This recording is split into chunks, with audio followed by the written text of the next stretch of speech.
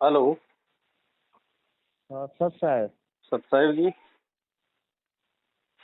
मैं बोल रहा हूँ जी। कि ये भगत जी अनु दीदी है ना, हम्म, उससे मैं लिया था ज्ञान 2 महीना पहले। कहाँ से बोल रहे हो आप? अब मैं हूँ अभी सऊदी में। हम्म। तो मैं आपका वीडियो देखा तो मैं सोचा आपको संपर्क करूँ। मैं ज्ञान अनु दीदी, ये भगत जी अनु दीदी से लिया है, सही है गलत है। गलत है? तुम्हारे गुरु कौन है? गुरु तो यही है, गुरु रामपाल जी है। तो फिर अनु दीदी कौन है? अनु दीदी से संपर्क हुआ, ठीक हम्म। है। उसमें जैसे प्रवचन में एक नंबर देता है ना, हम्म। तो मैं प्रवचन सुना। और हम्म। प्रवचन सुनने के बाद उस पे जो नंबर आता है उसी नंबर पे मैं फोन किया। मैं बोला हम्म। मेरे को दीक्षा लेना है। हम्म। तो फिर वो नंबर मिला अनु दीदी का, भगत ऐसे जी नाम का। दीक्षा नहीं तो होती है भगत जी। हाँ ऐसे नाम दीक्षा नहीं होती है। आप हाँ, अपने गुरु जी से मिले इसलिए आप नहीं, आपने बातचीत करी नहीं, आपने नाम की प्रार्थना करी नहीं, आशीर्वाद आपको मिला नहीं। ऐसे नाम थोड़ी काम करेगा। आटा आप लाए नहीं, चपाती आपने बनाई नहीं, पेट में आपने डाली नहीं, और कोई व्हाट्सएप पे आपको 2 चपाती 1 कटोरी सब्जी की फोटो भेज दे, आपका पेट भर जाएगा? नहीं भरेगा। तो ये फर्जी दीक्षा है। गुरु जी का आदेश नहीं है ठीक इस है। और प्रकार से। क्योंकि गुरु जी का एक बार और वीडियो में सत्संग सुना था, उसमें गुरु जी बता रहे थे, मैं रहे या न रहे, लेकिन ये सब टीवी से दिया जाएगा। ठीक है, तो मैं दिया यही जाएगा। सोच के मैं फोन ये थोड़ी कहा कि दिया जा हम्म, रहा है। ऐसा सुना कभी? नहीं। दिया जाएगा। गुरु जी के सतलोक जानने के बाद की प्रोसीजर है डीवीडी से नाम देना, वर्तमान की नहीं है। वर्तमान में तो खुद गुरु जी है। हाँ हाँ हाँ, तो ठीक है। मैं अभी मैं तो ऐसे पूजा जारी रखूं कि क्या? पूजा आप तो जारी आपसे रखो। सलाह लेने के लिए। पूजा जारी रखो, लेकिन उन पुजारियों को छोड़ दो। मैं पुजारियों को कर रहा हूँ। मैं एक ही बार जब भी ज्ञान लिया, फिर देखने लगा, हाँ। सत्संग सुनने लगा, छानबीन उसमें भी आपका वीडियो 2-3 आया। ठीक है, तो वो देखने लगा। मैं भगत जी से संपर्क करके और आपसे बात करके और आप ही के सिद्धांत, बताए हुए सिद्धांत से चल रहा हूँ। ठीक हाँ, है। ठीक है। अगर मर्यादा में रह के अगर अपना नाम का जाप करोगे तो नाम आपका अपना लाभ मिलेगा भगत जी। लेकिन उन पुजारियों का साथ छोड़ देना जो अपने पूजा पाठ के लिए, अपने दान धर्म के लिए फिर भक्तों को गुमराह करते हैं।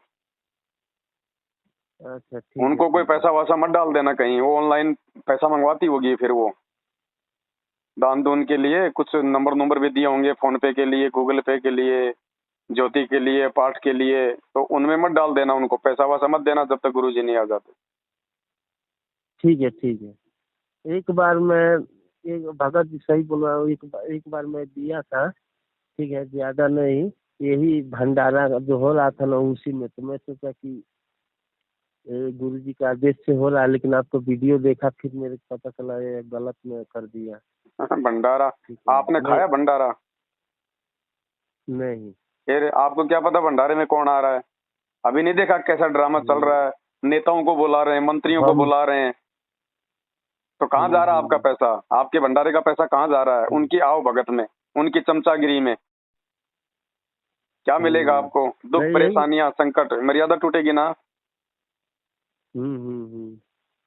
आगे से सावधान रहो भगत जी। हाँ तो भगत जी, एक बात मेरे को बताइए। मैं तो अभी अपना शुरू ही रखूंगा पूजा पाठ। ठीक है, अपना मर्यादा भी रखूंगा, लेकिन अब आगे के लिए संपर्क करने के लिए आप ही से संपर्क में करूंगा, अगर कुछ देखो करना भगत जी, हो। मेरा नंबर मिले तो मिले, नहीं तो नहीं मिले, लेकिन जो वीडियो है वो आप देखते रहना। वीडियो से आपको जानकारी हम्म, मिलती रहेगी, जानकारी आपके काम आएगी। मैं काम नहीं आऊंगा किसी के। जो जानकारी है, जो ज्ञान हम्म, आधार से है, उन चीजों को फॉलो करोगे तो आपका भला होगा। नहीं मेरे हाँ, मैं आपका वीडियो देखता हूँ। तो आप वीडियो देखते रहिए, परमात्मा की भक्ति सही तरीके से मर्यादा में रह के करते रहिए, ठीक है। अनु दीदी को और प्रकाश दादा को छोड़ दीजिएगा, वरना आपको नीचे ले जाएंगे और रसातल में। हाँ ठीक है। ठीक है भगत जी। अब मैं, हाँ ठीक है, मैं अब 1 साल के बाद आऊँगा तो फिर लेकिन आपके कांटेक्ट ही में रहूँगा, ठीक है। अभी तो सर नाम का अभी मैं जिक्र भी नहीं करूँगा। क्या काहे का सार नाम भगत जी? सार नाम परमात्मा देगा या जीव देगा सार नाम? पहले हम सार नाम के लायक तो हो जाएं। अभी हमारे कर्म तो नरक में जाने लायक हो रहे हैं, हम सार नाम की उम्मीद कर रहे हैं। सार नाम के योग्य बना जाता भगत जी। एक सैनिक को भी बॉर्डर पे हथियार दे के उस समय तक नहीं भेजती है सरकार, जब तक वो 9 महीने की ट्रेनिंग में अपने आप को योग्यता ना साबित कर दे। सार नाम तो बहुत बड़ी तोप है। सार नाम मिलने के बाद तो भगत के वचन में शक्ति आ जाती है, वो दुनिया तबाह कर सकता है। अभी तक तो सार नाम दिया ही नहीं भगवान ने किसी को। ये तो नकली बंदूक पकड़ा रखी है इन मैनेजमेंट वालों को। इन मैनेजमेंट वालों को अगर असली सार नाम दे दिया होता भगवान ने, तो आज इनके जो कुक्रम है ना, ये दुनिया तबाह कर दें ये लोग, दुनिया। लेकिन परमात्मा ने इनको नकली बंदूक दे के इनको बहला रखा था। ठीक है, ठीक है भगत जी। एक जगह और इधर में गोरखपुर में एक भगत जी है ना, गोरखपुर, वहाँ से भी मेरा परिवार जाके ले लिया लोग। अब ले लिया सो ले लिया, लेकिन आगे से उधर मत जाओ। बोल दो परिवार को बैठ के भक्ति करो, घर पे ड्रामे करने की जरूरत नहीं है। ठीक है, ठीक है। अच्छा है। अब यहाँ देखना, इन केसेस बहुत आए हमारे पास। अब उन्होंने जब तक तंग वंग होकर, क्योंकि उनके काम सिरे नहीं, सारे दुखी हो गए, जितने भी उनके भूत भी पूजे, प्रेत भी पूजे, श्राद्ध भी निकाला है, और सारी शास्त्र विद साधना करें। तो मैंने पूछा भी तुम गुरुदेव आपके कौन है? कि उन कौन नहीं जानता उन गुरुदेव को, सारे वर्ल्ड में बोलबाला उनका, विदेशों में भी करोड़ों की संख्या में उनके अनुयायी है। तो मैंने कहा आपका नाम लेने का नंबर फिर कैसे पड़ा? कहते हैं गुरुदेव ने नाम नहीं दिया हमारे को तो क्रिया समझाई थी। हम गए थे आश्रम में इनका, यहाँ पर महरौली के अंदर दिल्ली में आश्रम है, बहुत लंबे चौड़े अक्षेत्र में बना हुआ है। वहां गए थे तो वहां साधु संत छोड़ रखे महाराज जी ने, उन्होंने हमारे को क्रिया समझाई थी। ऐसे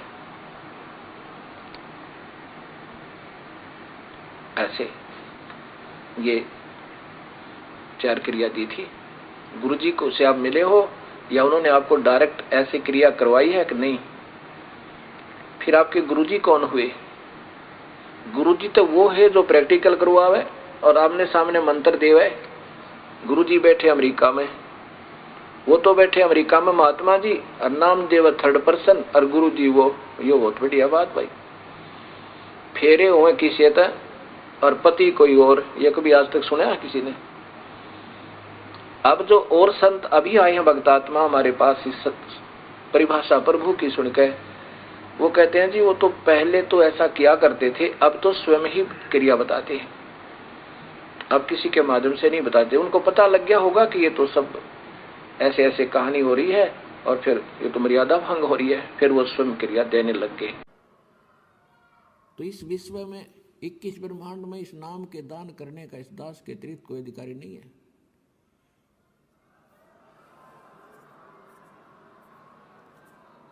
और यदि कोई नकली इस दास से ये मंत्र सभी प्राप्त करके और अपने आप दुकान खोल कर बैठ गया, नाम देने लग गया किसी को, तो सबसे बड़ा दुश्मन है मानव समाज का।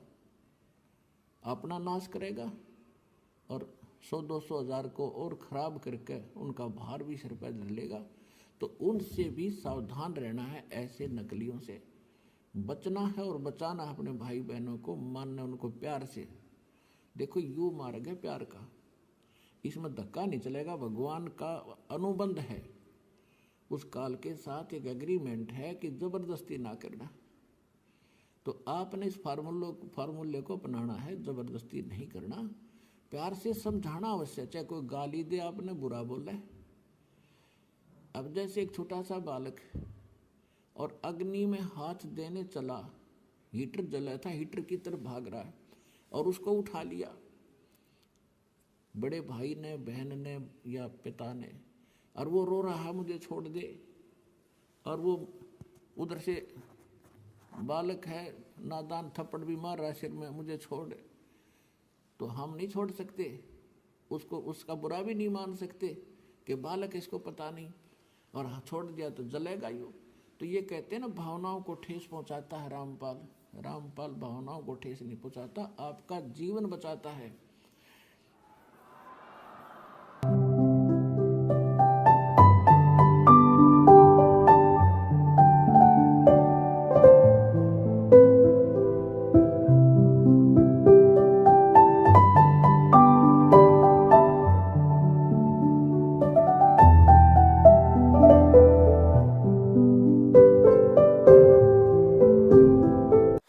अब भक्ति तो ये दास कराएगा आपको भगवान की दी हुई।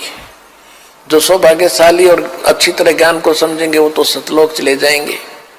ये दिक्कत आओगी लास्ट के दिनों में, यानी हजारों वर्ष ये ज्ञान चलेगा, हजारों वर्ष ये साइंस की जो विद्या चलेगी, जो ये टीवी है और ये चिप है, मोबाइल है, इनके माध्यम से ये ज्ञान दिया जाएगा। दास तो चला जाएगा सतलोक, ये 5 तत्वों का शरीर छोड़कर, लेकिन ये इलेक्ट्रॉनिक शरीर रहेगा अभी दास का, ये नूरी शरीर रहेगा।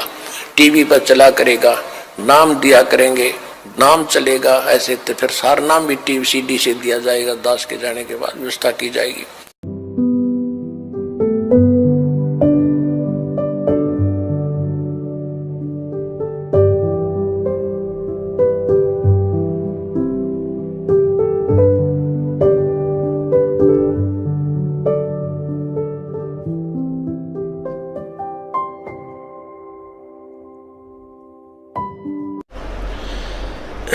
इस दास ने 17 फरवरी 1988 में परमात्मा की शरण मिली थी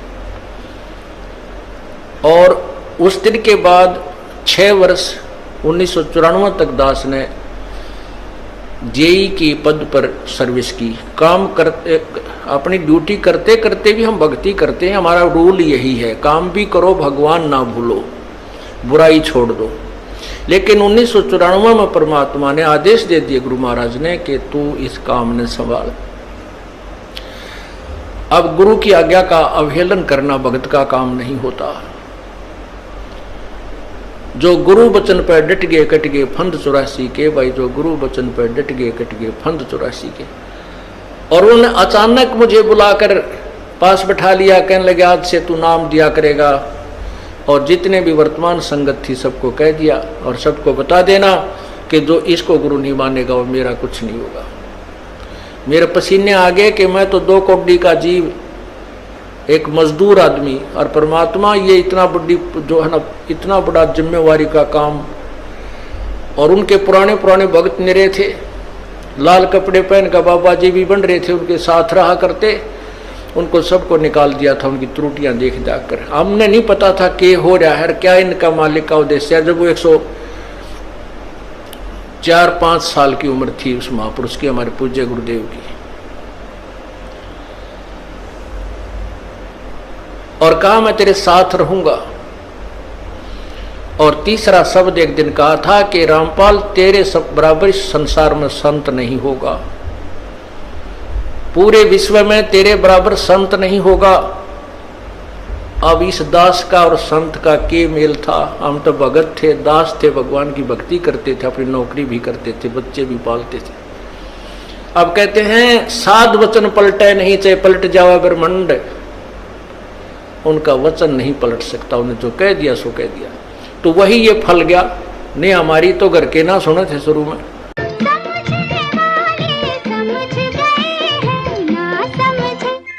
ना समझे वो अनाथ।